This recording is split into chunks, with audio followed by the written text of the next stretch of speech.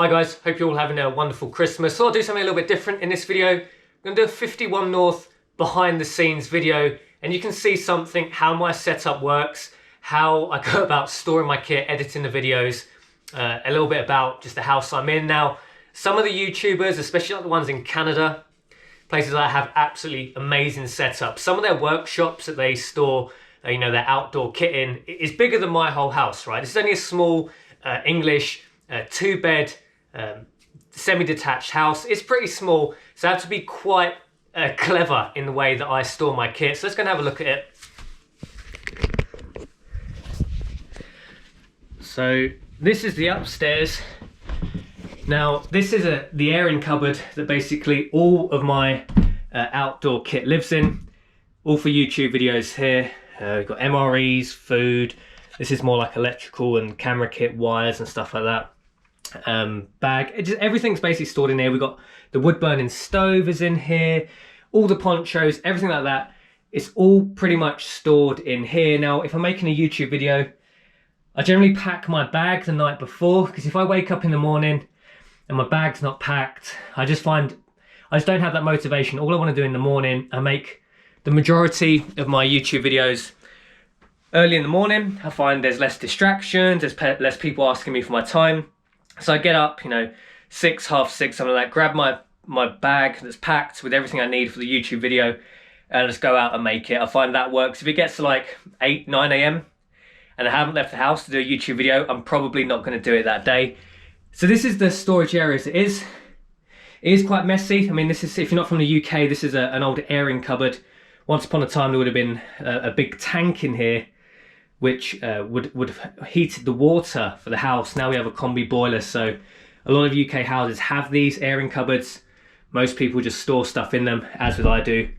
Most of the YouTube stuff lives in there. Let's go downstairs and have a look at a few other bits.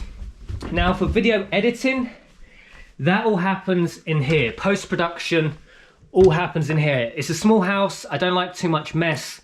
So what I've got in here, this is a Windows Tower PC. It's just basically a cheap gaming PC. Picked this up ages ago off eBay.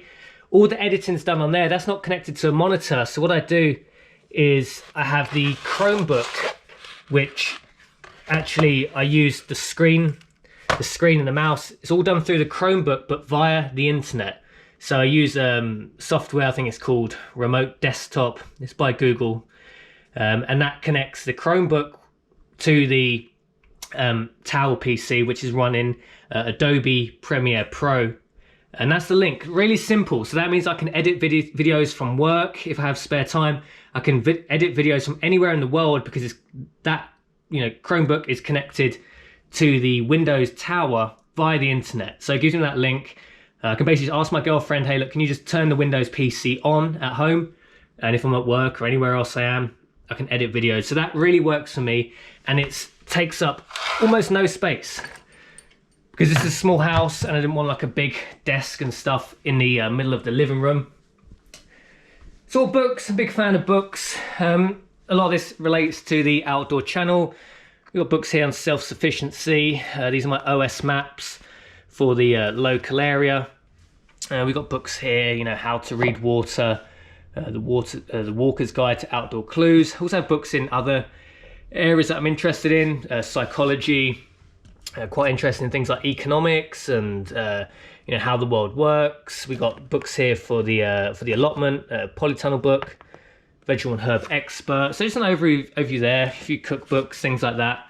So this is more of the knowledge shelf. My girlfriend's got her own bookshelf. This isn't all my books, but these are the ones I kind of having out at the moment that are flicking through. Rob Fry's 2000 Wild Swims. It's quite a good book.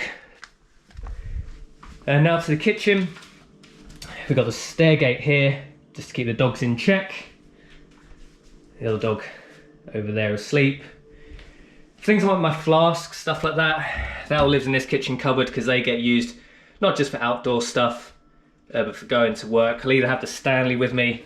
I used to use this quite a lot, the old Life Venture. Fallen out, this has had heavy use, but I don't really use this as much anymore. I tend to use the Stanley, the food jars in there. And finally, some of my stuff lives in we've got the hot tub in a state of disrepair there. The outdoor shed, stuff like the inflatable boat is out there and some of the bigger stuff, but not really too much. So that's a little bit behind the scenes tour, guys, of the 51 North setup. It's not the dream house, it's not the dream build. You know, this is my first house, you know, entry level, what they call, you know, first rung on the ladder kind of house. Eventually in a few years, I want to kind of move out of this area. So this is, you know, North Buckinghamshire, Milton Keynes. The countryside around here is nice, but I would like to buy somewhere eventually in the countryside, a bit bigger, you know, a house and a workshop, something like you see, like the bigger YouTubers have, you know, somewhere specific I can keep on my kit. But this works. I have to be smart about it. That airing cupboard out in there is chaos. Pretty much everything has to come out. If I'm doing a video, especially like an overnighter, I basically need to pull everything out of that cupboard just to find everything that I need, and then I have to repack it. So it is a bit of a stress. But, you know, this is just a phase onto bigger and better things, I feel. But overall, I do like this house and don't mind the area that I live in at the moment. I'm not really a city fan. You know, Milton Keynes is a large town, really, but, you know, it's got that city vibe to it. Eventually I want to get out to the countryside, but this works for me now. It's a little bit of a behind the scenes one. Hope you like it. Hope you're having an amazing Christmas and have a happy new year. And I'll see you in the next video.